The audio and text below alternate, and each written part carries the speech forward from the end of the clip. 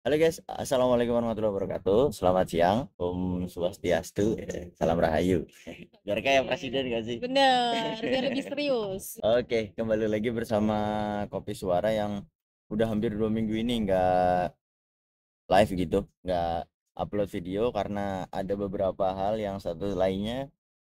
Intinya kita kembali lagi di Kopi Suara bersama narasumber kita yang kece ini, Mbak Khairul Umar. Oke, Dia bener. kebetulan satu prodi dengan saya dari pendidikan bahasa Inggris ya Mbak ya. Bener-bener Dari dari pendidikan bahasa Kampung. Inggris, saya juga kuliahnya juga sama-sama di Surya Mataram ya. Bisa dong dikenalin diri sedikit, udah tak Oke. kenalin tuh. Iya, sekilas kan tadi ya, tapi jangan terlalu banyak juga, nanti kelamaan. Kan tak kenal tak sayang. Mau disayang nggak? Bener. Jangan dong. Udah ada yang sayang kan? Oh iya, bahaya, bahaya, Saya, bahaya. saya. Oke, langsung aja ya. Perkenalkan, namaku Hoirul Uma. Biasa teman-teman di kelurahan maupun teman-temanku yang lain manggil aku tuh Uma. Asalku dari Jember, Mas. Sama kayak Mbak Ilma. Ilma Ya, berarti. aku dari Jember dan pendidikanku S1-nya juga di Jember. Tapi bukan di UNED ya. Soalnya sering ditanyain kamu dari Jember, kampusmu mana? UNED gitu. Enggak, aku di UIN-nya. UIN Win khas Jember. Win khas Jember. Ya, nggak terkenal sih emang, nggak terkenal Berarti UNED. berarti kalau Win khas Jember itu apa, Mbak?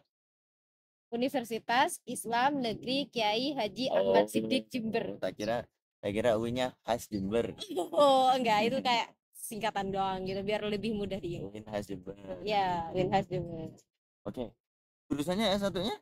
Tadris bahasa Inggris. Karena kalau UIN tuh nggak pendidikan, tadris. Enggak ya, punya aku dari Win juga ya. Aku Oh dari Win iya. juga English Education, pendidikan bahasa Inggris. Nama Fakultasnya bukannya fakultasnya tarbiyah nggak sih? enggak, fakultasnya tarbiyah. Heeh. Fakultasku tarbiyah dan keguruan. Cuma Heeh. prodinya Heeh. tetap Pendidikan pendidikan bahasa bahasa Inggris. Inggris. Wah, nice gitu ya. Kalau di aku tuh tadris. Semua pendidikan tuh di tadris kecuali pendidikan agama Islam. Kalau UIN berarti agak gede dong, Mbak. Kalau UIN itu kalau nggak salah kalau mau jadi universitas itu lahannya 10.000 meter gitu. Uh, Kilometer persegi berarti itu termasuk agak gede ya. Gede sih karena udah ada S3-nya juga. Cuman S3-nya tuh untuk PAI doang. PAI sama manajemen. Oh, berarti bukan, kan ada nih beberapa kampus-kampus yang kampusnya itu bentuknya kayak ruko gitu, bukan gitu ya. Enggak, ini udah bagus kok. Berlift juga kok. Meskipun ini ya kayak di dalam hutan gitu ya, tapi enggak, masih proper lah dari segi gedung dan Oh, lain-lainnya. kayak yang di itu loh, Gimana? PLA sana loh, PLA yang liftnya, pernah ke PLA nggak? Enggak, belum pernah aku. Layanan akademik, pusat Belum layanan belum belum akademik pernah, yang benar-benar. nah, liftnya itu yang kayak gitu, yang bukan kayak lift yang kayak di kedokteran sini, lift Oh, yang di luar. enggak yang udah kayak kedokteran gitu udah. Oh, Udah enak berarti kok. agak mahal dong. Iya, udah ada kayak kaca-kaca buat selfie gitu Oh. udah ini ya. Masih proper lah gitu. Tapi di UIN itu biasanya yang paling jadi Mm-mm. utama itu selain Islam gitu ya. Heeh. Maksudnya kan ada tuh orang tua yang nyari anaknya mau di Islam. Maksudnya dalam artian mau Oh, di sekolahin Islam. Emang oh. perknya UIN itu emang agak lebih rendah ya katanya dibanding yang lain. Ngerasain nggak? Iya sih, kalau dari segi UKT memang UIN tuh lebih murah daripada kampus-kampus negeri yang PTNBH itu kan, kayak UNY, terus UNED gitu emang beda, UKT-nya itu lebih murah. Cuman kalau masalah mata kuliah gitu ya kayak orang tua tadi kan mencari yang ada Islam-Islamnya gitu kan ya. Emang benar, karena kan di UIN itu kita ada mata kuliah yang dari fakultas, ada mata kuliah yang dari universitas juga gitu. Kayak aku itu kan meskipun jurusannya tadris bahasa Inggris nih, Iya. tapi ada mata kuliah kayak ulumul hadis, ulumul Quran gitu, bahasa Arab aku juga dapat, Fikih ada kan ya? fikih ya gitu, itu Fikih. ada. Udah. Betul. Jadi kayak perknya emang kalau dari orang tua aku sendiri emang dulu nguliah di UIN itu karena pertama Islam, yang kedua itu emang dibandingkan universitas yang lain gitu adalah sekitar setengahnya sendiri gitu. Bener bener. Pengen tahu nggak UKT ku berapa dulu? UKTM berapa, Mbak? 400.000 rupiah, Itu dapat yang paling rendah berarti. dapat paling rendah. Terus coba dikalikan ya kita ya, 400 rupiah dikalikan 8 semester. Itu bulan dikali kita ambilnya 8 semester, Mbak. Hmm, 8 semester, 8 kali 4 itu udah 24, 20, 24. 42 juta setengah. Heeh, 2 juta tuh bener banget. Kadang meskipun kayak fasilitas yang diberikan itu bagaimana, tapi kita kalau mau menjalin networking yang bagus gitu, mau bertanya dengan kampus-kampus yang terkenal gitu ya, terus kita menjalin relasi yang baik, kita bisa kok untuk mendapatkan ilmu yang sama dengan kampus yang mereka yang berbeda kualitasnya dengan kita gitu. Apalagi dengan wacana yang kemarin walaupun sekarang udah nggak ada sih ya, kayak Bang Adri datang ya. Merdeka Belajar ya Bang ya. Ya, ini pakarnya nih. Merdeka Belajar gitu ya. Oh iya. Harusnya dari kampus lain itu Mm. bisa belajar lah. Kita dari UIN bisa belajar ke kampus lain gitu kan pengennya Benar, gitu. benar. Sini Bang Andri, jangan di situ, kalau di situ nggak kelihatan. Mana nih posisinya nih? Di tengah aja. Udah Di sini. dimulai. Ini Dimulai, ini cuma ada kita nggak pakarnya. live Pakar stream. pendidikan. Iyalah. Gimana Bang Audrey? Mari kita tengahi. Kita kedatangan lagi dengan tamu kita yang Sangat spesial. spesial banget. Kameranya baru nih. Waduh. Dan kelurahan Bang. Masa? Kemarin merchandise dapat banyak, dapat ini. Iya Kayaknya benar. kayaknya kenal nih. Ini. Kayaknya kenal nih apa ini? Punya siapa tuh? Ini siapa? Aduh. Ya nanti ya. Jadi ini juga baru mulai gitu. Tadi ngomongin soal kampus agama gitu Bang. Bang Andri dulu di Satya Wacana. Satya Wacana itu kan juga kampus agama gitu. Itu gimana Bang? Jadi ada nggak sih orang Kampus agama maksudnya gimana? kampus Agama. kalau Saya kami kan kan dari UIN. Jadi kayak ada mata Islam. kuliah yang menekankan kepada keagamaannya Kalau gitu. Satya Wacana ada nggak sih kayak gitu? Ada etika Kristen. Oh, cuma satu. Satu mata kuliah etika Kristen itu, tapi ada tergantung program studinya sih. Tergantung program studi kalau di Satya Wacana itu. Tapi yang pasti bahwa satu universitas itu ada mata kuliah biasanya di awal.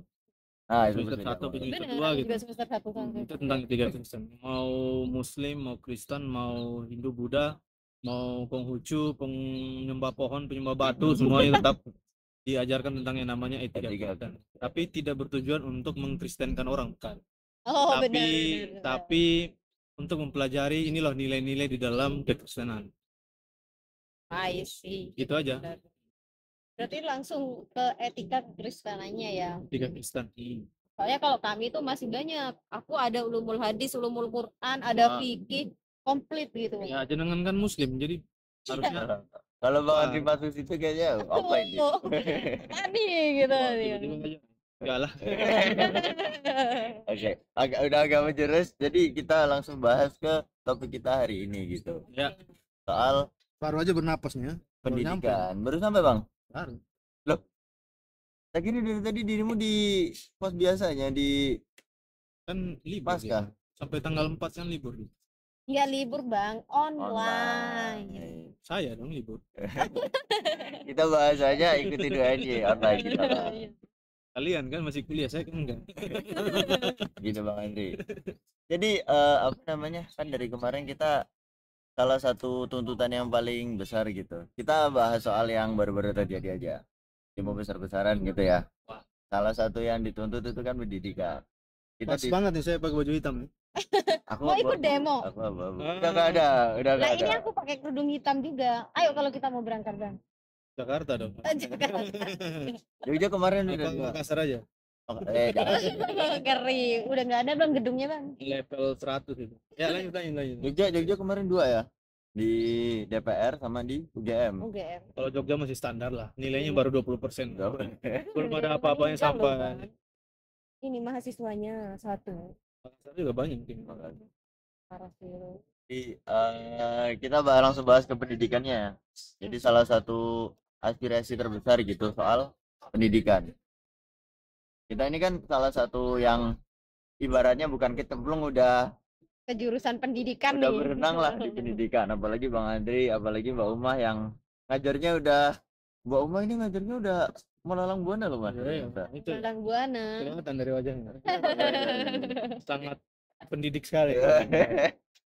Benar sekali. Kalau aku pendidik, dia pendidik ya Bang. Iya. Soalnya ini kalau kita hanya terpaku kepada satu sekolah itu seperti yang diketahui ya, gaji guru gitu di Indonesia itu seperti apa Itu gitu. yang Jadi dibahas kita perlu gitu. melalang buana kemana-mana gitu. Selain pengalamannya juga untuk memenuhi kebutuhan kita. Gitu. Malang melintang Surabaya Jakarta gitu ya. Benar, Iya. bukan cuma di situ loh, Bang. Yogyakarta Dia ya. ngajar di luar katanya ya, Mbak ya. Iya, benar. Lagi Internasional ya. Iya. udah internasional dia. Iya. Kemana aja Bang? Arab Tapi Saudi. TKW. Sekalian umroh dia ya. Kalian oh, benar. Ya. Jadi narasumber kita ini sudah sangat melelahkan buana Bang Andri. Kita udah dari kemarin udah bahas beliau ya. Kalau Ya, saya sih Malang aja sih. Malang Sumbawa. Nasibnya. Udah bertahun-tahun mengabdi sebagai guru dosen di perguruan tinggi ya Mbak ya. Iya. Gitu. Bisa dikatakan demikian. Bisa dikatakan begitu. Beneran mengabdi ya guys ya. Gotong royong saya. Gotong royong ya. Gitu. Jadi yang pertama kali aku mau luruskan di sini, salah satu hal yang kita tahu bahwa guru di Indonesia itu secara finansial itu emang agak kurang didukung gitu ya. Bukan lagi bawah. kurang didukung, Ya. emang nggak dihargai, Bang. Nggak dihargai. Akan tetapi ada satu video yang viral dari Bu Sri Mulyani gitu ya, yang beliau bilang bahwa guru itu beban negara. Saya sendiri gitu bisa memastikan bahwa hal tersebut itu cuma hoax. Kalau yang secara khusus Betul. Nah, bilang itu. bahwa Bu Sri Mulyani itu bilang guru itu beban negara. Bu Sri Mulyani nggak pernah bilang begitu. Nggak pernah. Itu AI. Itu AI. cuma di fake. Dan walaupun benar bahwa video itu olahraga itu yang beliau pertanyakan itu secara konteks itu apa benar semuanya itu harus ditanggung oleh negara.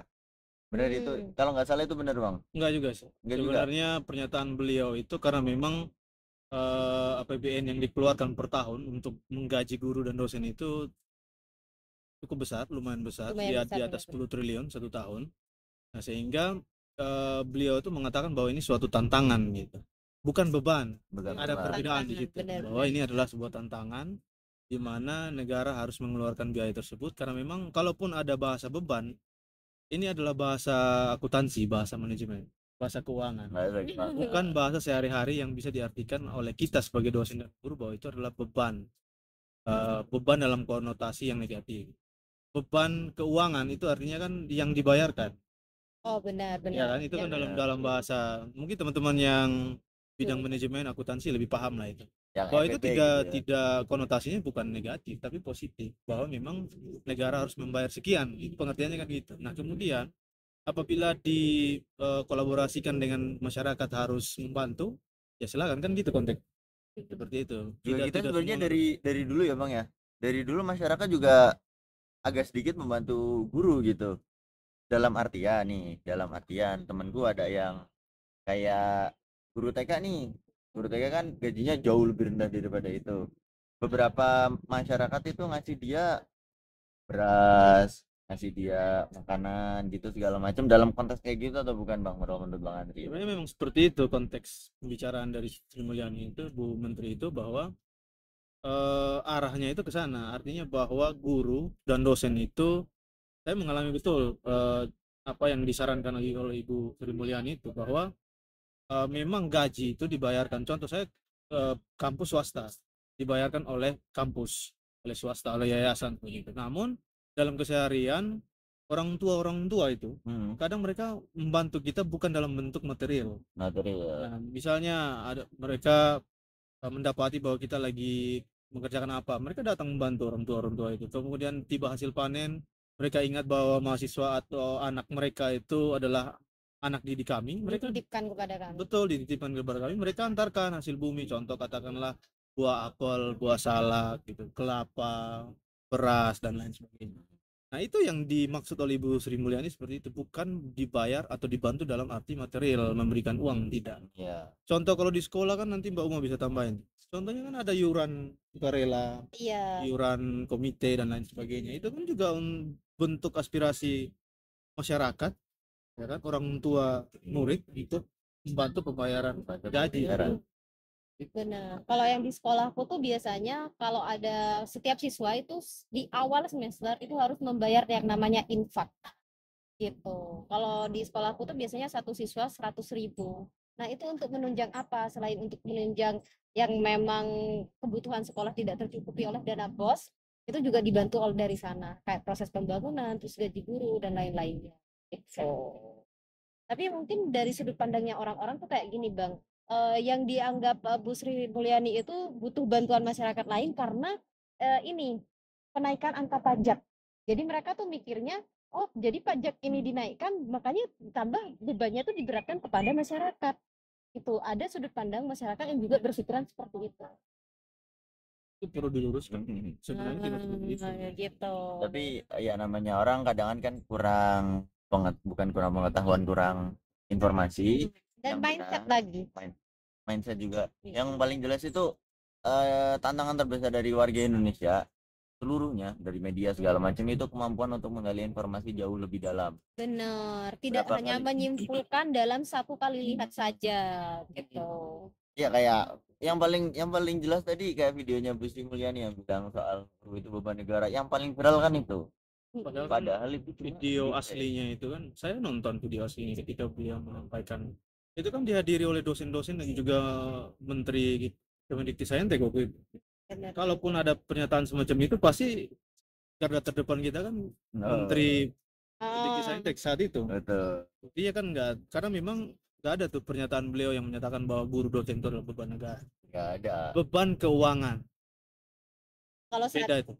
Kalau saat itu apa namanya memang itu adalah pernyataan yang salah, pasti dari kementerian, dari dosen-dosen itu sudah klarifikasi dan juga udah pas di demo di saat itu juga gitu mereka menuntut gitu, karena kan mereka juga yang akan dibayar. Betul. Yang kita demo kemarin adalah yang terjadi di lapangan sekarang ini. Emang benar bahwa gaji seorang guru, gaji itu segala macam itu lagi rendah-rendahnya, dalam artian itu untuk memenuhi kehidupan sehari-hari itu gak cukup. Benar. Gitu kan ya? Benar. Kita kuliah mahal-mahal. Dalam artian seorang guru, seorang itu harus jadi S1 sekarang. Guru biasa aja, guru honorer ya. Guru honorer itu bahkan S1. Kalau misal kampus-kampus yang kayak Mbak Uma, kayak aku gitu, masih dalam gaji 300.000 sebulan, masih oke lah. Enggak oke. Cuma kayak mengabdi. Tapi kalau yang teman-teman yang dari jurusan lain gitu ya, yang jurusan yang lebih mahal dalam artian digaji 300.000 satu semester, dia bayarnya 7 juta 10 juta, satu bulan digaji cuma 300 sampai 500.000. Benar. Enggak, secara ekonomi nggak make sense. Kalau teman-temanku kayak gini, mereka tuh lebih memilih tidak mengajar di negeri daripada mengajar di swasta gitu. Jadi mereka lebih ngajarnya tuh di swasta dan meninggalkan yang negeri. Karena mereka yang aku tanyain, kenapa kamu milih seperti itu? Karena kalau di negeri gajinya tuh 300 itu bisa bukan setiap bulan, Bang. Tapi itu bisa kayak per 3 bulan sekali, bisa 6 bulan baru digaji, gitu kan, dipinjam dulu gitu. Tapi kalau di swasta seperti yang aku sampaikan, itu kan ada dana infak gitu loh. Jadi mereka masih yang swasta tuh kayak bukan berarti mendapat gaji yang besar, tapi masih adalah dukungan dari pihak yayasan. Gaji kecil tapi kepastian gajinya ada. Benar. Nah, di tengah guru yang sangat potong manting untuk makan aja susah, sekarang ada alokasi dana pendidikan yang lain yang namanya apa, Bang? Makan bergizi gratis. Nah, itu sebenarnya yang menurut aku, yang aku lihat, yang aku sendiri proteskan kemarin ketika bersuara gitu ya, itu ketika tahu nih gaji guru itu begini, realitasnya guru yang non ASN ya. Kalau yang ASN beda lagi, tapi yang non ASN yang influx banyaknya mahasiswa yang baru lulus, yang susah nyari kerjaan segala macam, yang kalaupun dapat pekerjaan itu cuma dapat 200.000 sampai 300.000 sehari, dana pendidikan kita itu masih aja dipisah, masih aja dipotong untuk makan bergizi gratis, yang mana narasinya bahwa makan bergizi gratis itu bisa mencerdaskan kehidupan bangsa, mencerdaskan anak-anak. Aku pernah baca bahwa salah satu backingan pemerintah, ini mungkin bisa di fact check ya sama Bang Adri sama Mbak Uma, itu salah satu statement pemerintah itu, riset membuktikan bahwa anak-anak yang dikasih makan bergizi gratis itu tingkat intelektualnya itu naik gitu. Jadi kayak, oh ini udah ada risetnya nih, makan bergizi gratis itu tambah pintar. gitu. Tanpa memperhatikan bahwa di belakangnya itu yang bikin pinter itu siapa? Gurunya toh, Guru, benar. gurunya toh. Orang dikasih makan doang apa pinter?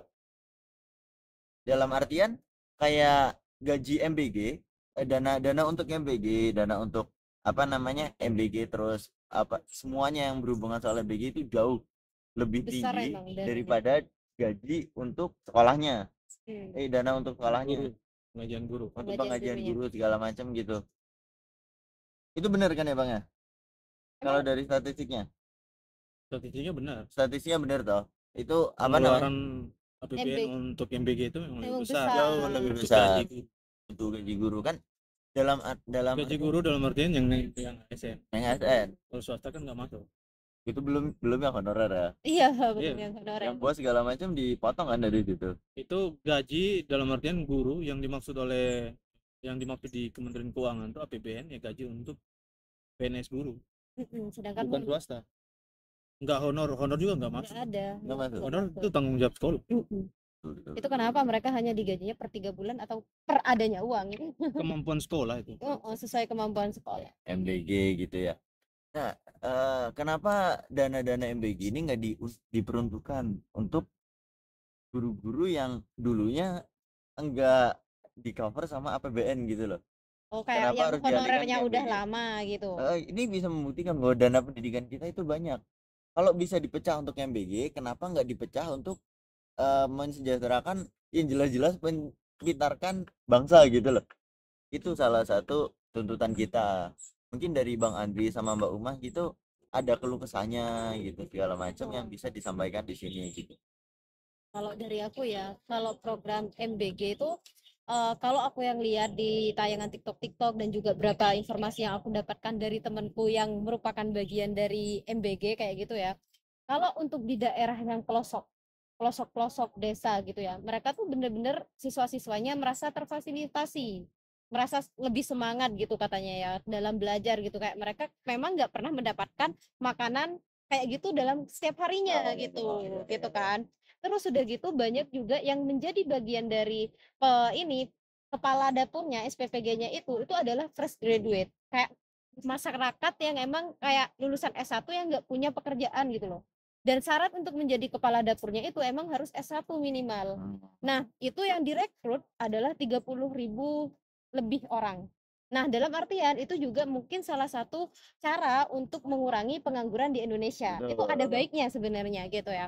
Cuman kembali lagi, ketika ada juga nih di video tuh yang TikTok malah gini, kenapa kalau makan kayak gini nih enak makan di McD aja? Karena yang diberi makanan seperti itu adalah siswa yang di Jakarta yang notabene emang apa ya, mereka udah biasa untuk makan hal-hal seperti itu gitu. Mungkin kalau menurut aku ini plottingnya aja tuh harus diperhatikan oleh pemerintah agar bukan berarti semuanya harus disamaratakan gitu loh, yang kota dapet terus yang desa juga dapet gitu, sehingga anggarannya itu tidak benar-benar membekak di MBG, tapi bisa juga untuk dialokasikan kepada gurunya sebagai pengajarnya. Dan juga yang ini kan kayak kasus keracunan masalah MBG kan juga banyak tuh di TikTok kan. Nah, itu mungkin kalau seperti itu ya, karena itu masaknya selama 24 jam mereka kan. Karena nggak mungkin mereka tuh setiap hari harus menghasilkan 3.000 masakan. Kan harus masak malamnya. Iya kan? Nah, kalau kayak gitu saranku mungkin betternya itu kayak dapurnya tuh dibikin prasmanan kayak di Jepang gitu loh. Jadi nggak tersia-sia gitu loh, kayak bener-bener ngambil siswa butuhnya apa, jadi nggak terbuang-buang juga Jadi per dananya. sekolah dong Mbak kalau kayak gitu. Jadi langsung kerja sama sama gurunya juga gitu. Atau kalau memang nggak mau kerja sama sama gurunya, emang ada nih yang udah pengelola dapurnya tapi stay di sekolahnya gitu. Jadi kayak ini kan juga mereka mengeluarkan transportasi terkait ini apa namanya mobil juga kan, ketersediaan untuk transportasinya itu kan juga malah bikin besar ke dana pengeluarannya. Coba kalau di sekolah aja kan mereka nggak usah ngantar ke sekolah-sekolah. Jadi masih banyak hal yang bisa di cut off dari dana-dana MBG itu untuk lebih kayak ini mana sih yang harus diprioritaskan, sehingga masih untuk dana untuk gurunya, tenaga pendidiknya itu juga masih mendapatkan gitu. Jadi sama-sama balance. Kalau dari aku kayak gitu. Kalau nggak salah guru kalau misal nampaknya hilang tetap disuruh ganti ya. Iya, itu Nampaknya hilang juga guru nggak dapet. nah makanya itu Guru nggak dapet. Lah coba kalau seumpamanya kayak sebenarnya kan metodenya Indonesia tuh mau mengadopsi cara-cara kayak di Jepang, Oh, Korea, kayak Indonesia gitu pinter banget tuh. kan. Indonesia Baik, pinter banget tuh, Bang. Ini Mbak, mau aku heeh, potong ya. heeh, Indonesia itu pinter banget nyari contoh yang paling bagus. heeh. Kayak kurikulum 13. Kurikulum 13 lalu Iya Indonesia mau benar-benar. dibebaskan pendidikannya. Heeh. Kayak Finlandia yang udah paling Benar, bagus gitu Kak. benar, benar, Betul benar. Kak. Terus apa namanya? Sekarang ini MBG itu kan ngadopsi juga. MBG yang paling bagus pokoknya biar kayak di Jepang. Gitu. Biar kayak kita nyari contoh yang paling bagus pokoknya. Heeh. Pinter kita. Kan Jepang, Cina. Cina juga, iya Cina juga. Sekarang mungkin apa ya, Komprengnya gitu Cina kan. yang mengusulkan pertama kali itu kan salah satu guru besar dari Cina yang sekarang jadi wamen. Oh, I see. Benar, benar, benar, benar. Di Profesor lah. Sela. Nah, cara mengadopsinya itu tanpa melihat ini kebutuhan masyarakatnya itu gimana? Kayak letak geografisnya seperti apa, murid-muridnya itu gimana gitu. Itu juga dalam membuat program mungkin harus perlu dipertimbangkan lagi oleh pemerintah. Gitu. Kalau di Sumba Bang, di Sumba lancar. Makanya tadi kalau menyambung dari apa yang dikatakan Mbak Uma itu, memang sebenarnya sama halnya ketika kita melakukan penelitian, ya, kan, kita mesti di awalnya itu kan kita mesti ngecek dulu. Betul. Lapangannya. Mungkin ya, saya gitu. Karena memang Indonesia itu adalah negara yang punya riset paling banyak kayak di dunia. Dan Indonesia itu adalah negara yang keingintahuannya tentang riset itu uji cobanya tinggi sekali. Gitu. Nah, bagi saya, pandangan saya MBG ya mungkin salah satu bagian dari uji coba penelitian yang dilakukan oleh orang-orang hebat yang duduk di Senayan sana. Gitu ya, di Senayan. Sehingga diuji cobalah ke Indonesia ini. Tapi dalam beberapa bulan berjalannya, ketika dieksekusi kegiatan tersebut, tentu ada pro dan kontra. Nah, kalau misalnya tadi Mbak mau bilang kalau di pelosok-pelosok itu terasa sekali. Ya. Nah, memang kalau kita bicaranya daerah 3T, misalnya, saya salah satu yang paling sering dan paling keras berbicara tentang daerah 3T. Karena saya betul-betul merasakan dari lahir sampai detik ini bagaimana kehidupan di daerah 3T. 3T. Kalau MBG itu diterapkan di daerah 3T, bagi saya 100. Dukung 100%. Saya dukung. Karena apa? Karena memang daerah 3T itu anak-anak sekolah kebanyakan itu dari 100 siswa itu 80 diantaranya adalah anak-anak yang kurang. Sehingga ketika sekolah atau pemerintah dalam artian di sekolah itu diberikan makan yang gratis, yang bergizi dan seterusnya, itu dampaknya luar biasa untuk daerah 3T. Karena memang anak-anak ini datang dari rumah ke sekolah, ada yang belum makan. Lapar duluan, nggak konsen belajarnya. Nggak konsen belajar. Kemudian dikasihlah makan siang, isi makan isi gitu. Makan Makan bergizi gratis. Makan bergizi gratis. MBG. Yang gratisin pemerintah. Kan tetap bayar kan? Tetap bayar pajak. Bayar pajak. Nah, itu tepat sebenarnya kalau untuk daerah 3 itu. Nah, kalau misalnya di daerah Pulau Jawa yang menurut saya sudah sentralis dan sangat maju ini, tidak perlu lagi yang kayak gitu. Karena memang notabene lagi Jakarta. Apalagi Jakarta gitu kan. Jogja. Sedangkan kita tahu bahwa jumlah penduduk, jumlah peserta didik terbanyak itu justru ada di Pulau Jawa. Sehingga kalau mau mengungkapkan isi hati yang paling dalam, saya mau bilang bahwa justru beban MBG-nya itu ada di Pulau Jawa. Benar. Coba kalau diterapkan untuk daerah 3T, beberapa daerah di Kalimantan, beberapa daerah di Sumatera, kan Sumatera juga ada beberapa daerah yang masuk daerah 3T. Di sana Bang, sekarang penerapan MBG itu di sana. Aktif. Di Sumba. Soal keracunan sudah pasti. Karena memang ya betul. Masaknya itu. Benar. Bisa jadi mungkin alat masaknya yang kurang higienis karena memang harus masak tiap hari. Betul. Liburnya cuma hari Sabtu dan Minggu. Betul. Dan seterusnya. Kemungkinan juga di bahan makanannya ada campuran-campuran tertentu. Ya namanya manusia yang bekerja bukan robot. Jangan sampai dibuat sampai robot. Jangan samakan dengan Cina. Cina bekerja 20% manusia, 80%-nya kan oleh alat. Sehingga kesehatan higienis seterusnya itu betul-betul ada standarnya. Kalau Indonesia kan betul-betul manusia yang kerja toh. Seperti itu. Sehingga memang treatment untuk MBG itu kurang begitu maksimal. Nah, ini harusnya jadi studi awal. Apalagi wamen kita itu yang sangat luar biasa karena dia pencetus MBG, Ya ini harusnya menjadi studi awal sehingga muncullah studi-studi berikutnya. Iya, Iya betul. benar. Seperti itu dari saya. Mengingat Prof Stella itu sangat ini ya. Udah banyak penelitiannya juga ya. Penelitiannya Semoga banyak. penelitian yang ini berhasil gitu. Penelitian yang mengatakan bahwa ada satu rujukan penelitian beliau mengatakan bahwa dengan makan gizi di sekolah siswa itu menstimulus, bukan Menaikkan. menaikkan, tapi Oh. menstimulus. Jadi kata menaikkan itu sedikit keliru. Yang disampaikan itu adalah menstimulus dalam artian bahwa dengan makan bergizi ketika belajar anak di sekolah itu dia menstimulus kinerja otak itu untuk bisa menangkap Materi lebih materi-materi baik. gitu. Harapannya Contohnya seperti itu. Contohnya yang sudah ada penelitiannya itu tentang bahasa Inggris dan juga matematika. Karena memang ada penelitiannya. Di Cina terapkan itu, anak-anak diajarkan bahasa Inggris, kemudian sebelumnya itu dikasih makan dulu dan seterusnya dan seterusnya. Akhirnya muncullah ternyata ketika sebelumnya tidak ada program makan bergizi, dengan sesudah program makan bergizi signifikan perbedaannya. Jadi penelitian itu untuk menstimulus. Makan siang makan bergizi itu adalah untuk menstimulus, Stimulus. Bukan untuk bukan menaikkan. serta-merta tiba-tiba menaikkan. Yang menaikkan tetap aja dari siswanya dan dari pendidiknya. Ya. Nah Bagaimana? kemudian kalau ke pendidik tadi, ya memang saya salah satu mengkritisi itu. Kenapa fokusnya itu cuma ke siswanya? Kenapa sih gurunya tidak dijadikan bagian dari target makan siang makan Gizi bergizi? Kenapa gurunya nggak dikasih? Alasannya kan udah bergaji lah, gajinya kecil Benar-benar. dan seterusnya dan seterusnya. Saya mengkritisi itu. Lihat anaknya makan enak, dia nggak bisa ikut makan, bukan hak Iya. dia. Sebenarnya ada beberapa sekolah yang banyak kebijakan, gurunya tetap ikut. Ada beberapa, tapi kan itu tidak tidak dari ditanggung, maksudnya tidak diterapkan di undang-undang. Dalam peraturannya itu nggak ada, Bang. ya memang dari stok yang disediakan itu memang tidak Tidak ada diberikan untuk kepada guru, guru. tapi kepala sekolahnya bijak, tetap disediakan. Itu sangat bergantung kepada kepala sekolah. Karena kepala sekolahnya sadar bahwa ada nih uang komite, ada tadi dana infak, ada dana apa segala macam, yang notabene ternyata cukup nih kalau saya kasih makan 25.000 satu hari guru. Itu apa? Memang makan sekali Makan siang aja sekali kan. ya memang gitu. Maunya gimana pagi jam 9? Bukan, maksudnya 25.000 itu untuk makan sekali Satu kali aja. Satu kali aja. Jadi itu sudah fair mau satu kali, sudah sangat cukup. Sudah sangat cukup ya. Iya.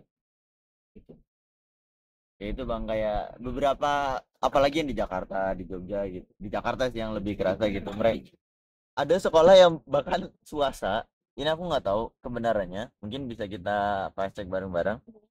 Kayak ada sekolah swasta yang emang disuruh sama pemerintah itu ngambil jatah MPG.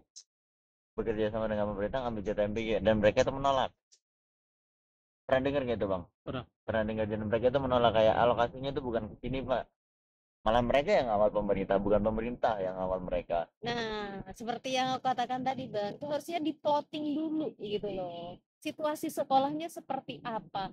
Bayangkan kalau seumpamanya sekolahnya seperti Al-Azhar sudah ya, yang memang sudah Budi Mulia 2 itu dikasih kayak MPG buat apa namanya, apaan? udah tempat tinggalnya Stella Duce. iya gitu kan. Kan kita harus melihat situasi tersebut juga Itulah gitu. pentingnya studi awal. Kalau memang kita peneliti, Kita bisa memplotting kita harus bikin pemetaan. pemetaan dulu. Nah, dulu mana nih daerah yang cocok. Ya namanya juga menurut saya sih, saya bilang bahwa ini bagian dari agenda penelitian. Indonesia mau diteliti, kalau dikasih makan bergizi gratis, PG tadi, kira-kira akan jadi apa? Satu semester ke depan, 2 semester ke depan, 3 semester ke depan, baru nanti akan dievaluasi. Kemudian Indonesia itu kan memang negara coba-coba pada dasarnya. Bukan cuma MBG yang dicoba-coba kalau dari segi Iya. pendidikan. Keputusan, Sekolah rakyat kebijakan. juga. Oh iya, sekolah Sekolah rakyat rakyat. gitu. Tapi nanti kita bahas Oke. MPG dulu, kita bahas MPG dulu. Dalam artian Indonesia kalau dibilang coba-coba sih ya emang mungkin karena kan bener kata Bang Andri tadi, Indonesia Ganti itu salah menteri satu harus ganti Ganti kebijakan. kebijakan. Itu coba-coba namanya. Iya, coba-coba. Bukan kita negara dievaluasi yang berdiri. ada. Karena dia mau mencoba kebijakannya itu efisien nggak, efektif Efisien, nggak. Kalau nggak efektif efektif ya evaluasi. Kalau dievaluasi, ya lanjut terus. Kalau enggak nanti pas menteri selanjutnya bikin baru Bikin baru lagi. diubah. Oh, benar. Jadi profil Pancasila jadi apa gitu. Benar. Oh, sekarang bukan profil Pancasila lagi, Bang. Apalagi Tapi tuh? capaian kelulusan kalau Betul. nggak salah. Tapi tetap memuat 5. Tapi namanya udah berbeda. Namanya udah 5. UN diubah jadi Capaian TPA sih kalau nggak sekarang ya. apa? UN diubah jadi TPA. Ya Dan katanya potensi gitu. akademik. Betul. Gitu. Gitu. Gila. Jadi belajar 3 tahun nih. Oh, tahun depan udah nggak ada UN. Ye. Ketika udah selesai, alhamdulillah apa? Besok Muncul. UN ya. Bubar. Udah belajar 3 tahun. Oh, tahun depan UN nih, tahun depan UN, tahun depan UN. Nggak ada UN. Tenang, benar. Karena Indonesia itu tidak suka menerapkan metode penelitian seperti studi kasus, kemudian etnografi, kemudian eksploratory, juga. kemudian fenomenologi. Yang sifatnya longitudinal ya, Bang ya. Indonesia itu lebih suka Eksperimental. eksperimental dan juga studi kasus itu nggak dipakai. Lebih banyaknya kayak eksperimental lebih coba. Eksperimental. Padahal eksperimental itu kan lebih cocoknya untuk kesehatan, Bang. Nanti setelah eksperimental baru dia mulai studi kasus. Harusnya kan studi kasus dulu. Harusnya kan eksperimental itu berdasarkan positivisme kan. Kita udah punya teori yang kuat baru melakukan eksperimental. Jangan eksperimental dulu baru buat teori. Ya, orang. Seru nanti. Tapi apa dari mahasiswanya dia jadi kayak gitu, Bang. Udahlah coba-coba upload ke Kiwan sama tahu keterima. Coba upload ke ini. Penelitiannya nggak jelas. Cobalah upload. Karena lolos. Format pendidikan kan gitu. Kalau format kementerian kan tidak begitu. Tidak begitu. Benar. Implementasinya tidak Harusnya tidak seperti itu. Benar. Pendidikan dalam artian kayak apa namanya, harus ada reform. Nggak tahu kalau reformasi kayaknya terlalu berat bahasanya ya. Iya, benar. Kalau reformasi harus ada penelaan ulang. Lebih berat lagi, Bang. Iya, langsung ke poin aja. Menelaah ulang gitu. Jaga pendidikan kita selama 5 tahun ke depan ini. Tapi menurutku ya, kemarin kita demo ini, pemerintah beneran tahu bahwa rakyat itu bisa marah. Setuju nggak, Bang? Bukan karena demonya pemerintah tahu kalau masyarakat bisa marah. Dari dulu juga tahu kalau pemerintah tuh tahu kalau masyarakat atau rakyat itu bisa marah. Ya, apalagi kan sekarang ini mereka rasakan sendiri ketika pemilu. Benar. Jangan tunggu demo. Dari pemilu aja mereka udah tahu kalau rakyat marah tuh gini tuh. Cara tahunya dari mana? Ya misalnya dia estimasinya, pemilih saya di daerah ini 80%. Ternyata yang milih cuma 51%, tepat 50%. Itu kan masyarakat artinya udah tidak begitu. Walaupun banyak yang menyukai, tapi kan banyak juga. Itu kan setengahnya, cuma di plus 1 aja. Nah misalnya tiba-tiba muncul 16% kayak Putri saya. Nah itu kan masyarakat marah. Ya. Betul. Contohnya gitu. Jangan tunggu demo dulu. Harusnya. Tapi memang dari pemilu aja udah tahu bahwa masyarakat itu marah. Tapi pemerintah kita secara praktisnya ya, itu kan apa namanya, jurinya, de facto-nya pemerintah kita tahu bahwa masyarakat marah baru dari demo. Setuju nggak, Bang Andri? Ya memang gitu. Karena memang no viral no justice. Dalam artian kalau dibilang demo yang damai itu bisa membuat pemerintah kita paham, Kamisan udah berapa tahun, Bang? 2007. Ya kalau seharusnya kalau emang apa namanya pemerintah sadar gitu ya, maunya demo damai gitu ya. Tapi mereka malah makan-makan di lantai. Kayak tahu nggak sih video di TikTok tuh loh, yang di bawah lagi demo terus para DPR-nya sedang makan-makan. Lagi nonton di demo. Gitu. Itu etikanya di mana? Dalam artian begitu. Pemerintah apa namanya, demo yang damai itu demo yang mau bagus.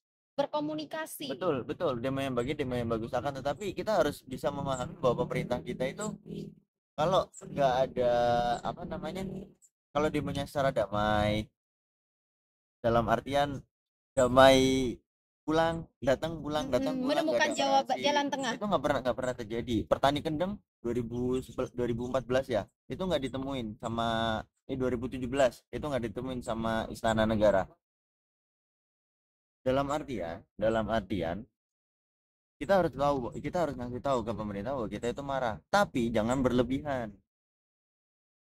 tapi pemerintahnya juga harus ngerti kita gitu loh. Jangan nunggu kita bakar-bakar dulu baru mereka menyadari hal tersebut gitu. Harusnya kayak gitu. Iya, Tapi kalau udah sampai kebakar fasilitas umum itu bukan agenda kita lagi. bener. Kita bukan agenda kita lagi. Karena seorang mahasiswa kan juga seharusnya turun ke jalan tuh ada batasan waktunya juga kan mereka gitu. Kalau sampai merusakan fasilitas umum segala macam Itu tidak bisa dibenarkan juga gitu. Tapi dalam artian kalau pemerintah kita itu nggak dimarahin dulu kayak gitu, nggak turun. Nah ini titik tengahnya gimana Bang Andri? Pertama saya mau kasih satu logika netral dulu nih kita. Iya, nah. Kita kan hidup di negara demokrasi, kata depan aja udah demo. Oh ya. Demonstrasi. Demokrasi, Demokrasi. depannya itu udah demo. Kemudian demo itu memang dijamin oleh konstitusi bahwa di negara demokrasi yang namanya demo, demonstrasi itu ada. Membebaskan pendapat kalau nggak salah pasal 28 ya. Demonstrasi itu tetap ada. Pasal Pasalnya saya kebijakan berkumpul. bukan orang politik dan juga bukan orang hukum, jadi saya tidak terlalu menyinggung itu. Tapi saya memberikan logika netral bagi seorang akademisi. Bagi saya demo yang anarkis maupun demo yang damai itu tidak akan pernah terjadi.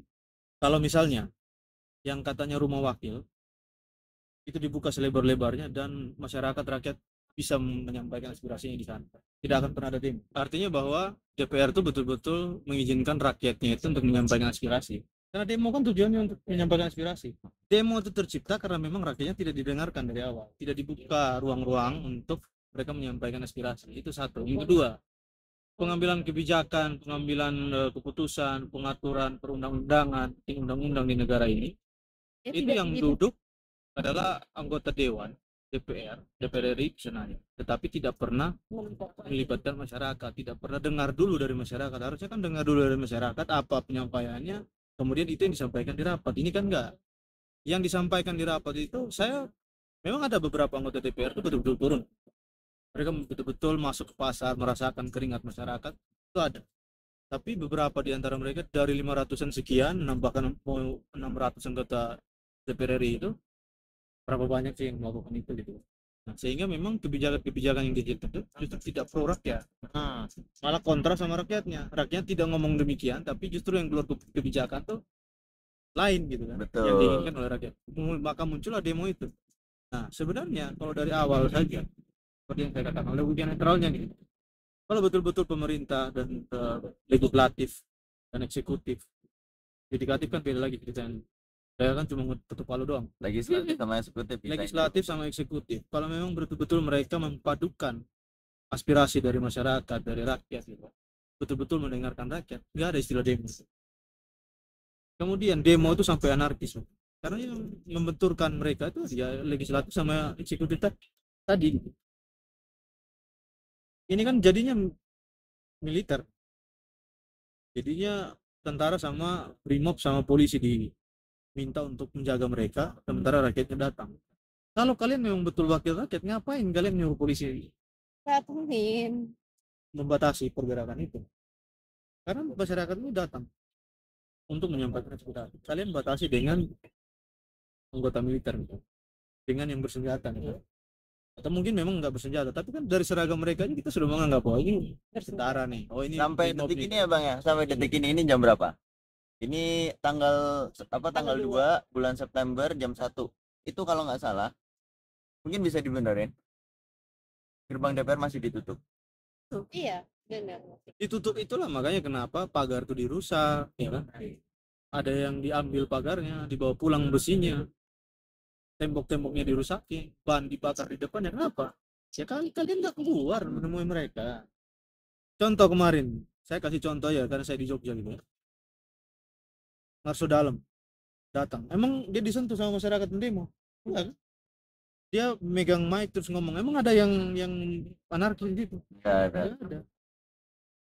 Karena nggak mungkin ketika anggota dewan misalnya katakanlah yang viral-viral itu yang sekarang udah dinonaktifkan, bukannya dipecat tapi dinonaktifkan. Beda ya, beda. HP dinonaktifkan, diaktifkan lagi bisa kan? Hidupkan lagi bisa.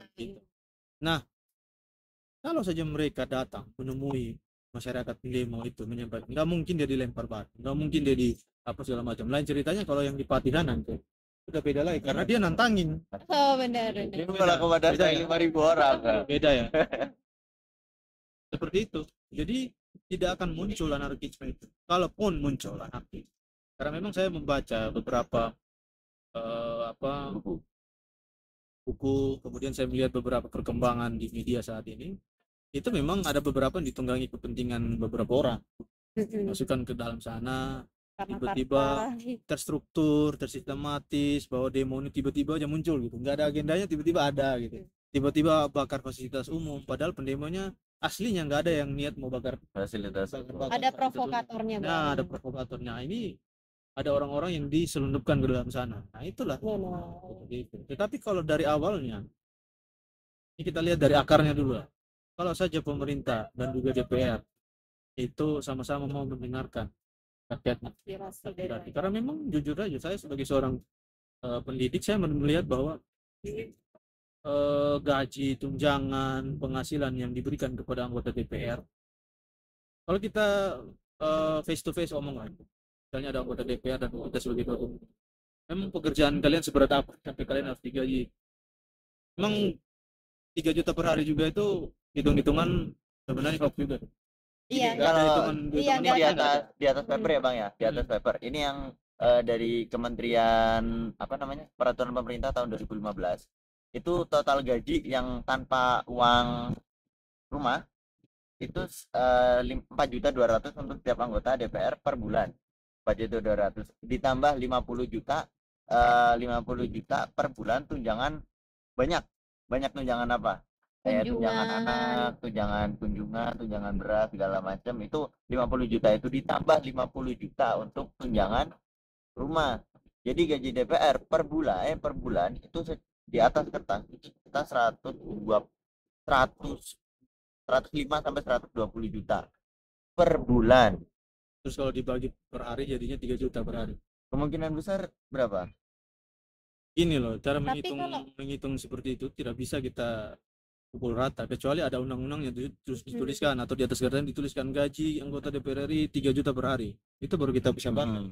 Kalau itu akumulasi yang kita bagi sendiri dari hitungan kita, kemudian kita sebut bahwa itu 3 juta per hari, nggak bisa gitu. Nggak bisa. Itu seperti seperti itu. judgement aja. Nggak bisa Nanti gitu kita cara nggak ukur. bisa untuk apa namanya mengalahkan pendapat dari mereka. Bahwa gaji DPR RI itu besar, betul. Bahwa gajinya itu melampaui seluruh semesta pekerjaan di Indonesia ini, betul. Itu, tapi kalau kita bilang 3 juta per hari dan itu sangat luar biasa besarnya, ya itu kan akumulasi kita yang menghitung gitu. Tapi kalau di atas kertas seperti itu Bang, dalam 1 bulan Ya, ya dapatnya di atas kertas seperti itu.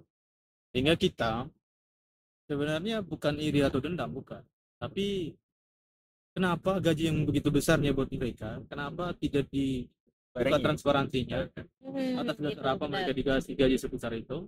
Kemudian kenapa gaji guru dan dosen itu kenapa tidak diimbangi dengan beban pekerjaan yang diberikan? Kenapa pekerja-pekerja buruh kenapa tidak diimbangi? Kenapa pekerjaan-pekerjaan di bidang lain tidak diimbangi? Yang notabene sama-sama mengeluarkan tenaga yang banyak, mengeluarkan pikiran yang banyak untuk membangun negeri. Yang salah, Anda rapat 3 kali sehari, kata anggota dewan. 3 kali sehari rapat dengan kami yang mendidik anak-anak menuju Indonesia emas 45. Sama beratnya. Kami berpikir untuk mendidik anak bangsa, kami berpikir. Kita juga belajar. Kami menyiapkan materi, kami mengajari mendidik anak-anak ini sampai dengan dia lulus. 4 tahun kami didik, belum lagi kalau dia belum lulus 5 tahun, belum lagi kalau dia belum lulus 6 tahun kami didik. Betul. Kurang berpikir apa pemimpin, kan gitu. Itu Juga yang perlu dipertimbangkan. juga ada pertanyaan kayak gini sih Bang, pertanyaan. Kalau misal gaji DPR terlalu tinggi, mereka nggak bisa dong merasakan hidupnya orang yang dia wakili. Dalam artian kalau misal mereka gajinya 3 juta sekitar 100 juta ke atas per bulan, apa bisa mereka relate dengan ojek-ojek, dengan guru-guru yang gajinya sebulan itu UMR, ibaratnya 5 juta, gajinya 6 juta per bulan? Apakah mungkin mereka bisa relate? Agak dipertanyakan. Kalau dari aku pribadi ya, sebenarnya gaji dari DPR itu kalau mau dilebihkan daripada guru gitu ya, daripada apa namanya masyarakatnya gitu, oke. Tapi ada tapinya lagi, harus transparan gitu loh. Untuk apa? Untuk apa gitu loh? Kayak kita aja di organisasi itu ada prokernya, ada RAB-nya. Nah, kenapa mereka ketika didatangin oleh mahasiswa itu nggak menunjukkan itu? Kalau memang mereka itu berada di jalan yang benar, ya ya udah duduk bersama mahasiswa, apa yang ditanyakan, berdiskusi, selesai kan tanpa adanya demo-demo yang anarkis kayak gitu Betul. gitu. Nah, masalahnya ini kenapa mereka harus lari ke luar negeri? Mereka ada juga yang malah pertemuan dengan luar negeri yang bersama Australia, terus udah gitu mereka kegiatannya itu di Australia itu hanya 1 hari aja rapatnya, setelah itu 2 harinya itu ke luar negeri, jalan-jalan di Australia. Nah, itu pakai uangnya siapa? Apakah itu pakai dana pribadi? Itu yang menjadi pemicu masyarakat kita bertanya-tanya, gitu. Itu yang harus dilihat oleh pemerintah kita. Kan apa ya, bukan kita sebagai rakyat menuntut, "Ih, kok gajinya gini-gini." Enggak gitu ya. Tapi bagi kita, kamu kerja dengan gaji seperti itu, kalau memang kerja mau bagus, nggak apa-apa. Indonesia apa, rakyat Indonesia itu diperhatikan, nggak apa-apa. Tapi kalau mereka itu gajinya gede, tapi impact-nya kepada masyarakatnya itu nothing, nol aja, zero gitu ya. Ngapain ada kamu gitu, nggak ada kamu aja gitu. Nggak boleh, nggak boleh, nggak boleh. Memang sih apa namanya ya, DPR adalah wakil rakyat. Kalau kita hanya memposisikan apa namanya kepada presiden aja itu nggak bisa, memang itu sama aja akan menghancurkan kita kan. Cuman perlu diperbaiki lagi gitu. DPR yang ada di sana itu mereka itu Nah, itu. Perbaiki. programnya harus apa namanya harus jelas gitu loh. Kayak ini kita penelitian biasanya juga survei dulu kan ya kan. Lah mereka itu bikin kebijakan nggak survei tentang masyarakatnya itu bagaimana. Betul. Padahal udah jelas kan ada DPR RI, terus ada DPR yang apa namanya provinsi, ada DPRD. ada juga yang di bagian kabupaten gitu. Ini kan mereka pastinya berkoordinasi kan satu sama lain untuk melihat masyarakat dari yang bawah sampai ke atas. Tapi kenapa kebijakannya itu tidak benar-benar tertuju kepada keadaan masyarakatnya? Gitu. Yang harus perlu kita pertanyakan itu bagaimana koordinasinya. Padahal nih ya, aku juga ada tetanggaku gitu ya, kayak dia itu jadi di DPR di kabupaten. Dia sering kayak kunjungan ke Jogja, terus rapat di Jakarta, di Bali gitu. Apa gunanya mereka kumpul-kumpul kalau mereka tidak mau mendengarkan suara rakyat gitu. Hanya ini ya, apa namanya, untuk menghabiskan anggaran rapat di hotel gitu, atau seperti apa? Kan itu yang harus kita kritisi ya. Betul. Tapi sebagai trias politika DPR tetap nggak boleh dihapus. Iya benar-benar aku juga Trias ini. politika. Karena nanti Itu. bakal ini ke presidennya juga. Presiden. Ya 3 itu saling mengawasi. Jadi intinya tetap harus ada perubahan di dalam diri DPR. Setuju Bang Andri? Yap. Mama? Mengevaluasi dari sekarang yang terjadi karena udah banyak kan gedung-gedung yang bakar dan lain-lainnya. Jangan sampai apa ya kita saling membunuh dan akhirnya menghancurkan negara ini gitu. Dan juga harus cepat juga Bang. Kalau mereka kayak sekarang ini udah terjadi seperti itu dan mereka tidak ada tindakan apa-apa, bisa jadi bakal terjadi yang lebih besar lagi. Kalau nggak salah tanggal 5 ya deadline-nya yang 17 tuntutan itu. Belum Ada, tahu ya. ada, Tapi ada. emang ada sih. Di media bahasanya gitu. Bahasanya deadline-nya nggak tahu besok. Kita lihat aja Kita bareng-bareng lihat ya. perkembangannya, semoga beneran di apa namanya beneran dilaksanakan. Benar. Dan kita harus tetap mengawasi. Beberapa tuntutan itu kan sudah dijawab presiden tuh. Prabowo kan sudah memberikan statement bersama dengan ketum-ketum partai. Ya kan beberapa tuntutan sebenarnya sudah dijawab, tinggal beberapa aja. Tapi ada beberapa tuntutan yang justru nyeleneh. Beberapa saya baca dan itu bukan hoax tapi real. Tuntutannya diselipkan gitu. Ada kebutuhan-kebutuhan orang-orang atau organisasi. Contohnya Adili Jokowi maksudkan Gibran gitu. Nah, iya itu di poin terakhir itu Bang. Makar ya. Nggak ada urusannya. Kalau tidak salah itu di poin tuntutan nomor 17. Dan bahkan sekarang itu yang lebih diutamakan itu adalah yang terkait Gibran itu. Oh tahu nggak berita yang pernyataan Puan yang yang semalam itu memang mau nurunkan Gibran gitu.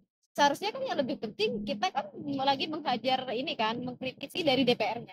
Kenapa Puan sebagai ketua DPR RI itu nggak mengevaluasi dari anggota-anggotanya dulu? Kenapa lari kepada Gibran gitu? Jadi gini, kita harus tetap ngeritik pemerintah, tapi kita harus dukung pemerintah sebesar-besarnya. Jangan sampai terjadi fraksi atau perpecahan di antara pemerintahan itu sendiri. Kalau pemerintah itu udah pecah, ya rakyatnya gimana mau diatur? Benar. Kita sportif aja sebenarnya. Sportif dalam artian bahwa kalau itu salah ya salah. Kalau itu benar ya benar. Bukan artian dalam apa namanya bilang kita harus turun itu segala macam, enggak. Kita tetap dukung para Prabowo, tetap dukung Mas Gibran, tetap dukung Puan Maharani tetap dukung semua DPR, tapi kalian lihat tuh, kalian itu diawasi. Bener, apalagi sekarang udah dunianya modern ya. Tiap pergerakan mereka itu bisa kita pantau gitu Tapi ini ya. mau sedikit bocor halus gak bang? Sedikit bocor halus gak? Aku ada info nih soal Gibran sama Prabowo. Oh, gimana nih? Kalau Ini sudah valid atau masih ini wacana? jangan bocor halus lah, meledak aja. Enggak, emang kemarin itu agenda demonya emang ada sedikit Susupan. susupan dari Sisipan. sisi kanan, dari sisi kiri, dua-duanya itu sama-sama ingin menyusup. Intinya kayak gitu. I see. Intinya kayak gitu, bukan cuma dari satu sisi aja. Udah nih, tuntutan kita udah terjawab gitu bang. Tapi kan tetap kita harus awasi nggak sih bang?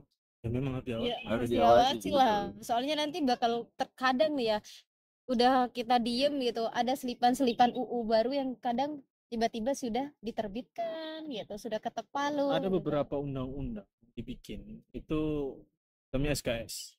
Oh, Sistem kebutuhan malam. Apa kemarin bang yang kemarin awal itu? Dalam 2 RUU hari. TNI ya?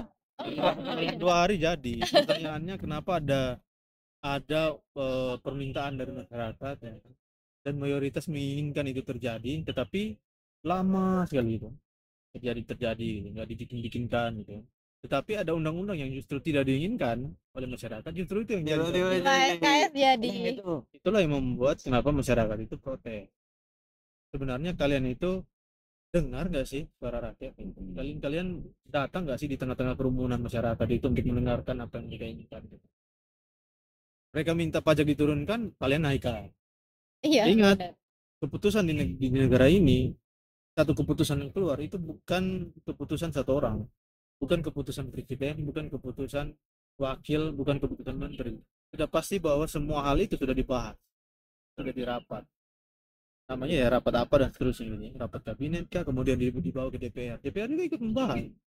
Karena memang saat ini kita mengenal istilah tim Koalisi Indonesia Maju, ya sudah pasti semuanya dibahas. Ketika rilis kasih ke masyarakat untuk konsumsi, dan ternyata wah, sepertinya kami kemarin mintanya lain kok yang keluar lain. Yang keluar ini ya. Kayaknya ini kok mintanya donat kok yang datang brownies. Mintanya perawatan aset kok dapetnya TNI. Nah, Ya itulah. Itu. Ya, itu isu terkini soal ini. Kembali lagi ke pendidikan tadi Mbak Uma, kita bahas soal ini ya, sekolah rakyat. sekolah rakyat. Jauh banget tadi ya dari sekolah rakyat tiba-tiba kita ngomong DPR. Benar. Kembali Karena nih. itu lagi hot news sekali. Sekolah rakyat nih Bang. Aku sendiri bahkan belum terlalu memahami soal sekolah rakyat. Mungkin bisa dong dicerahkan diri gue ini. Kalau yang aku tahu ya, sekolah rakyat itu kan guru-gurunya diambil dari lulusan PPG Prajabatan, dan mereka itu statusnya langsung PPGK gitu. Mereka tuh karena udah punya sertifikat, syaratnya punya sertifikat guru. Nah, otomatis kan sudah PPG. Terus sudah gitu juga ada syarat TOEFL-nya juga. Kemarin itu Mbak Ilma sempat ditawarin untuk menjadi guru di sekolah rakyat. Dan itu emang mereka yang udah menempuh PPG Prajabatan, itu mereka dapat email mau nggak untuk menjadi guru di sekolah rakyat gitu. Nah, itu proses seleksi dari gurunya ya, guru-guru di sekolah rakyat. Nah, untuk pembangunannya itu mereka bangun dari nol gitu. Kalau yang terjadi di Jember itu mereka ternyata ini nggak sesuai gitu loh sama SOP yang diberikan oleh pemerintah. Jadi sekarang di sana itu masih tidak bisa terlaksana. Jadi masih belum ada siswa yang masuk ke sana. Sedangkan gedungnya sudah ada. Bukankah ini sama saja dengan pemborosan? Kalau menurut aku ya, dari sisiku sendiri, kenapa daripada kita membangun sekolah rakyat, better untuk memperbaiki sekolah-sekolah yang ada di Indonesia. Karena banyak sekali fasilitas di sekolah-sekolah negeri itu udah kayak nggak proper gitu loh, nggak layak. Daripada kita bangun baru, iya kan? Gitu. Jadi kalau dari sekolah rakyat sendiri nih, aku merasa kurang gitu ya untuk nggak setuju sih sebenarnya aku gitu. Ya udah kalau kita mau mengalihkan guru PPG Prajabatan gitu karena mereka nggak ada penempatan gitu, bukan di sana poinnya, bukan berarti harus membangunkan sekolah baru untuk mereka, tapi kita bisa masukkan mereka di sekolah-sekolah yang memang benar-benar membutuhkan. Kita plot lagi gitu, yang membutuhkan guru ini tuh di mana gitu, bukan sekolahnya yang dibangun, bikin kepala sekolah baru, bikin pelatihan baru, harus ke Jakarta, harus ini, itu dananya pasti besar. Tapi kalau sekolah rakyat itu sifatnya menggantikan SD, SMP, SMA atau gimana itu, Pak? Ya, nggak menggantikan. Mereka tuh memang membangun sekolah, tapi nama sekolahnya adalah sekolah rakyat. Kalau sekolah rakyat untuk SMP ya udah SMP berarti. Tapi SMP sekolah rakyat gitu loh. Sekolah negeri. Oh, Sekolah negeri tetap berjalan. ibaratnya kayak SDIT, Oh, gitu. Islam terpadu Ya, gitu. Cuma gitu. ini dari pemerintah. Namanya sekolah rakyat gitu. I see, I see. Saya Tapi kira ada sekolah rakyat yang di mana ya? Aku lupa kalau nggak salah itu ya. Itu lengkap sama penginapannya. Jadi mereka tuh kayak di asrama gitu sistemnya. Dan kalau yang itu mungkin itu SOP-nya sesuai ya. Jadi itu kayak ada apa namanya asramanya itu tempat tinggalnya itu bagus, terus guru-gurunya itu memang stay di sana, memperhatikan perkembangan dari anak-anaknya. Itu bagus. Tapi kalau yang terjadi di daerahku, itu hanya ada sekolahnya dan memang masih nggak ini apa namanya gurunya, belum kepala berjalan lah. sekolahnya itu menyampaikan nggak bisa ini di apa namanya dilaksanakan gitu, diimplementasikan karena Kenapa memang tuh? karena ini masih kayak bangkunya masih belum ada gitu, hanya ada gedungnya gitu loh, kayak nggak lengkap gitu, Betul, jadinya tuh betul. masih belum terlaksana. Dan 5 tahun lagi belum tahu itu mau lanjut atau enggak. Nah itu gitu, emang harus ada di setiap menteri itu, emang harus ada gebrakannya. Dan ini sekolah rakyat itu bukan kebijakannya dari bukan Kemendikbud, tapi dari Kementerian Sosial. Kenapa Kementerian Sosial harus megang pendidikan? Nah, itu yang menjadi pertanyaan juga gitu. Kenapa dari Kementerian Sosial itu harus Kemensos itu harus menerbitkan sekolah rakyat? Kenapa mereka nggak fokus kepada kayak ya udah urusin PKH itu aja yang diurusin gitu kan? Masalah masalah PKH aja, nggak usah lari-lari ke pendidikan. Pendidikan kan udah ada jalurnya sendiri. Ini fokus ke pendidikan tinggi kayak Kemenkes itu buat apa namanya? Politeknik yang buat kedokteran itu, Poltekkes. Nah, itu mungkin masih relate ya, tapi ini kayak sekolah rakyat terus sudah gitu apa namanya itu dari Kemensos. Kalau saya sih apa netral dan positif aja. Sedikit meluruskan aja. Gimana? Positifnya begini. Kenapa kalau rakyat itu dipegang oleh Kementerian Sosial? Karena mau jawab sila kelima. Keadilan sosial bagi seluruh rakyat Indonesia boleh. Sekolah rakyat itu kan memang sekolah gratis. Gratisan. Kenapa sekolah rakyat dibangun oleh Kementerian Sosial? Karena itu ada kesenjangan sosial dalam sekolah. Kalau kita mau kebukaan bahas itu, ada kesenjangan yang sangat terpaut, lumayan besar, lumayan terbuka itu kesenjangan. Sehingga Kementerian Sosial itu mencoba untuk membuat satu program khusus di dunia pendidikan, tetapi tidak dikasihkan ke Mendikdasmen, tapi diambil alih sendiri oleh Kementerian Sosial, adalah untuk supaya anak-anak usia sekolah yang tidak sekolah dimasukkan ke sekolah rakyat. Caranya bagaimana? Kalau disisipkan ke sekolah yang konvensional saat ini berjalan, sekolah yang sudah berdiri, kan tidak bisa nih dikasih dalam bentuk beasiswa, kan sudah ada bidik misi. Betul. Sehingga solusinya adalah kita harus bangun sekolah baru dengan swadaya baru, dengan sumber daya baru, gitu ya. Bangunan, infrastruktur, tenaganya harus baru. Tujuannya untuk apa? Karena memang salah satu kampanye dari presiden dan wakil presiden terpilih saat ini adalah mereka mau membuka 3 juta lapangan pekerjaan. Bisa berapa? 3 juta. 3 juta. 3 juta. 3 juta pekerjaan. 3 juta lapangan pekerjaan. Tadi MBG. Udah Dapur. 33.000. Terus sekarang sekolah rakyat, gurunya. Ada beberapa karena memang untuk menjawab tuntutan dari beberapa sekolah bahwa guru yang ditaruh ke sana itu tidak sesuai. Kemudian caranya bagaimana ya? Dibikinkan satu sekolah yang betul-betul gurunya itu berkompeten di bidang pendidikan. Nah, sekolah rakyat itu jawaban itu secara positifis misalnya. Sehingga diadakanlah si sekolah rakyat itu. Nah, gini loh teman-teman, kita harus kita kan mahasiswa, ada yang S2, ada yang S3 ya. Cara berpikir kita tuh kan harus terbuka lebar, terbuka luas. Semua kebijakan yang dilakukan oleh presiden, seburuk-buruknya dan sebaik-baiknya 80% pasti itu adalah sesuatu kebijakan yang diambil untuk kebaikan. Ini mau hal yang baik. Betul. Ya. Kita Tapi lihat di situ. uji coba lagi. Nah, apa yang diinginkan presiden itu adalah hal yang baik, diturunkan ke menterinya, karena menteri itu kan pembantu presiden. Tidak ada keputusan menteri, yang ada keputusan, tapi menteri yang diminta untuk bantu berpikir. Menterinya bantu berpikir. Dari menteri ada staf-stafnya. Siapa bilang menteri yang ketua? Ada staf ahli. Staf ahli itu setara eselon 2, eselon 3, dan eselon 1. Kemudian dari staf ahlinya diturunkan lagi ke provinsi. Dari provinsi ada lagi ke daerah-daerahnya. Nah, yang eksekusi kan bukan presiden. Yang eksekusi kan bukan menteri. daerah-daerah. Yang eksekusi kan bukan staf ahli. Staf ahli yang namanya ahli dia pemikir. Dia yang merancang segala sesuatu. Daerah-daerah. Tetapi bukan dia yang turun ke lapangan untuk membangun sesuai rancangan. Deal? Deal. Oke. Nah, sehingga ketika turun ke lapangan, apa yang kita rasakan saat ini itu adalah 10% jawaban dari yang dirumuskan oleh Sama presiden, menteri, dan juga staf. Yang kita rasakan itu 10%.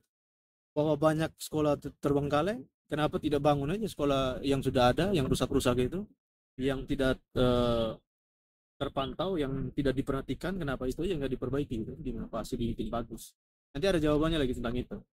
Nah, idealisnya adalah presiden maunya baik-baik aja, turun sampai ke bawah, kenyataannya tidak seperti itu.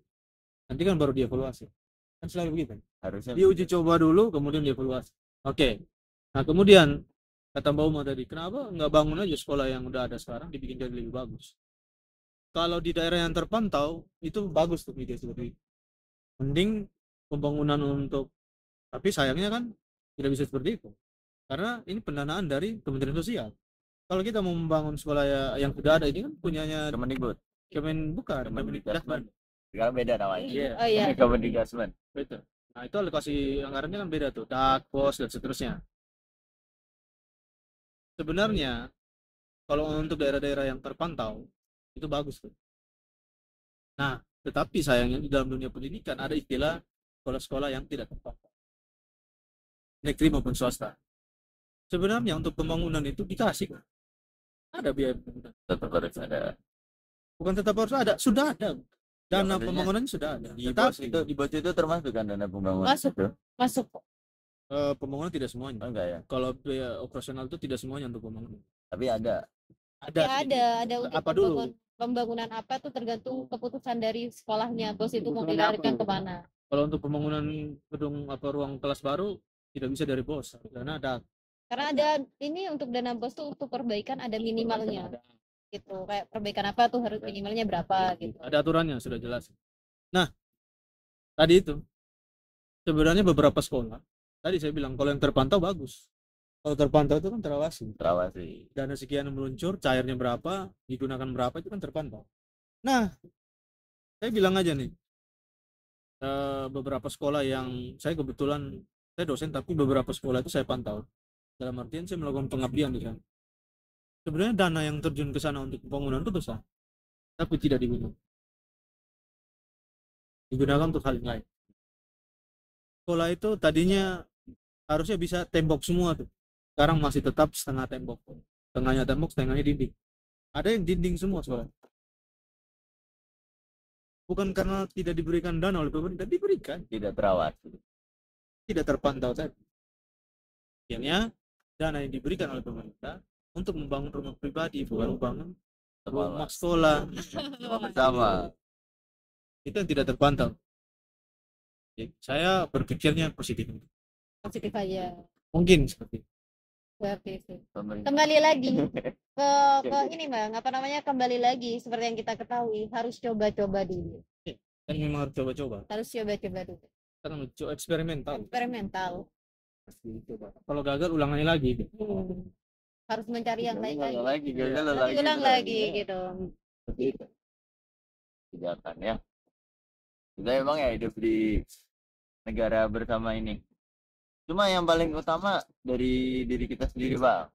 Mungkin dari Bang Andri, Mbak Uma gitu punya saran-saran gitu buat teman-teman yang mungkin nih stance-nya kan sekarang LPDP itu bingung tuh.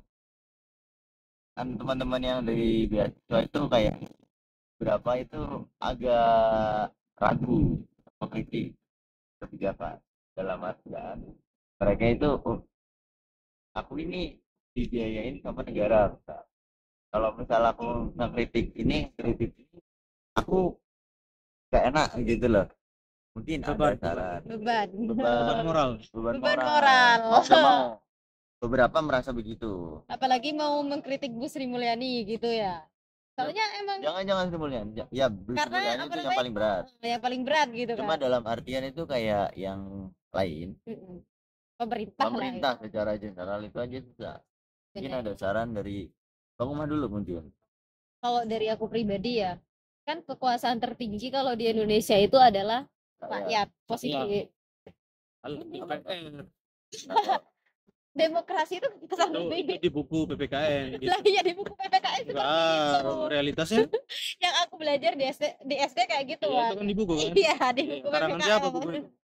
Nah aku itu biasanya aku pakai buku Erlangga kan. Nah, berarti buku Kamu- siapa yang nulis? Siapa yang Nggak nulis? tahu aku lupa. Nah, yang nulis itu mesti tanggung jawab. Salah itu. Itu enggak sesuai realitanya. Iya, Realitanya bener-bener. di lapangan emang rakyat.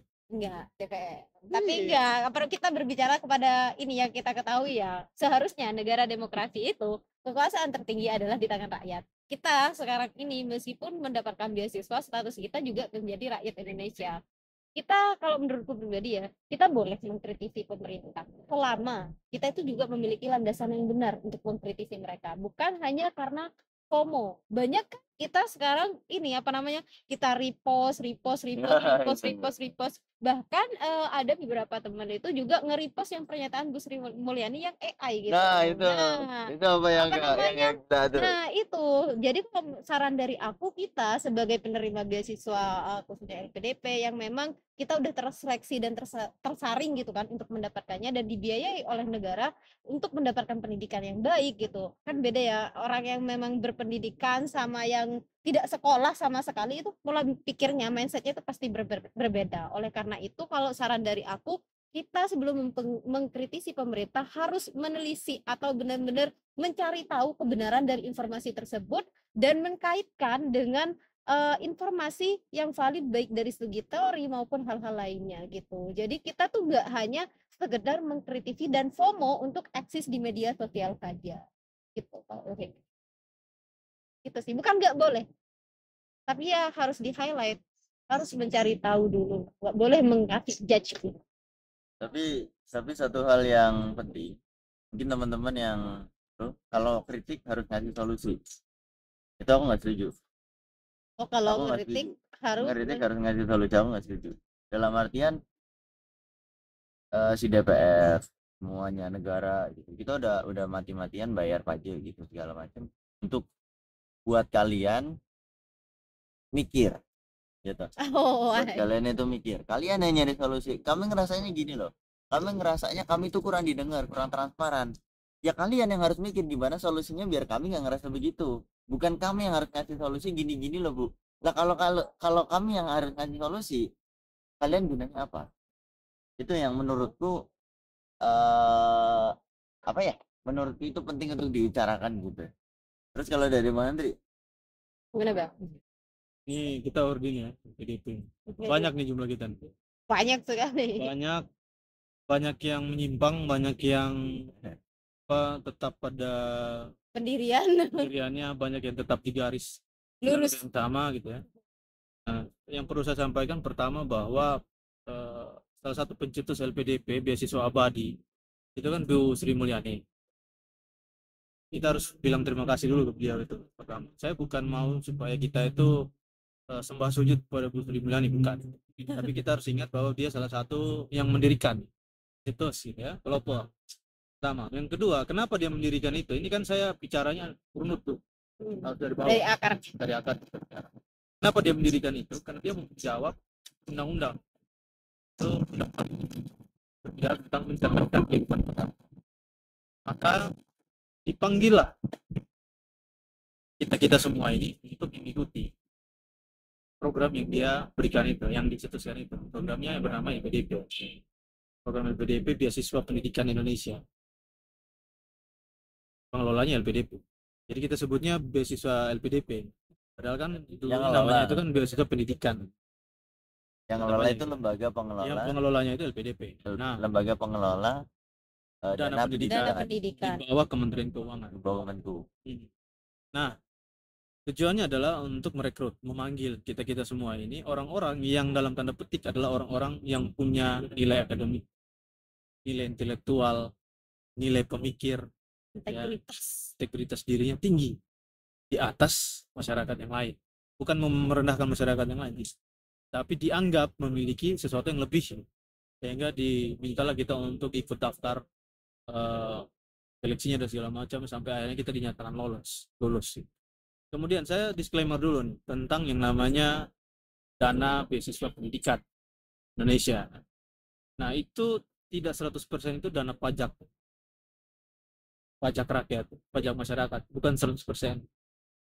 LPDP, beasiswa pendidikan Indonesia, itu masuknya dana abadi. Dana abadi itu sudah dipos-poskan dari pendapatan negara, hasil dari BUMN, BU dan segala macamnya, investasi negara, digabung juga dengan pajak. Jadi tidak 100% dari pajak negara. Itu clear dulu satu. Sehingga kita bilang bahwa saya ini dibayar oleh pajak rakyat, masyarakat. Tidak sepenuhnya benar. Tidak sepenuhnya benar.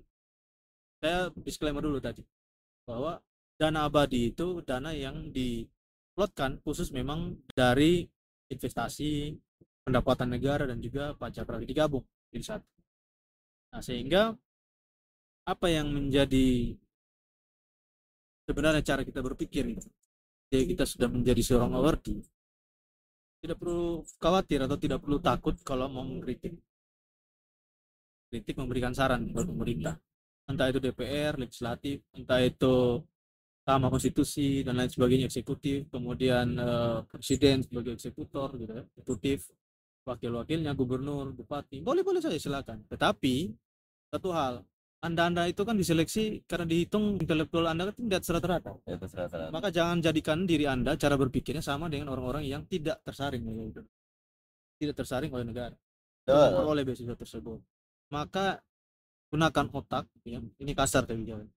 Cerdaslah cara Anda berpikir. Seharusnya Anda sebagai seorang yang dipersiapkan, ingat, LPDP memberikan Anda beasiswa itu untuk mempersiapkan Anda untuk mencerdaskan kehidupan bangsa. Tugas Anda itu satu, mencerdaskan kehidupan bangsa. Kalau Anda mau ngomong kritik, berikan kecerdasan. Jangan asal mengkritik. Lihat ada potongan video, Anda percaya itu kan dari mana? Gak boleh. Lihat ada tulisan, ada berita apa, lagi trending, Anda bahas. Ada background hitam tulisannya ketikan gitu kayak apa namanya, tulisan Indonesia gelap. Langsung price Indonesia darurat, segala macam, bla bla bla bla dan seterusnya. Dikasih hashtag biru-biru. Anda sebagai seorang yang dianggap intelektualnya lebih, gitu, sehingga Anda diberikan satu model pendidikan yang tidak sama dengan orang lain. Karena berpikir di situ. Itu tugas Anda sebenarnya sebagai seorang penerima. Beban moralnya dulu di situ. Bukan dengan takut mengkritik, tidak. Banyak lulusan ya, alumni dari UPDP, bahkan awardi sendiri banyak yang mengkritik. Apakah mereka dicabut beasiswanya? Tidak seperti itu, kecuali melanggar.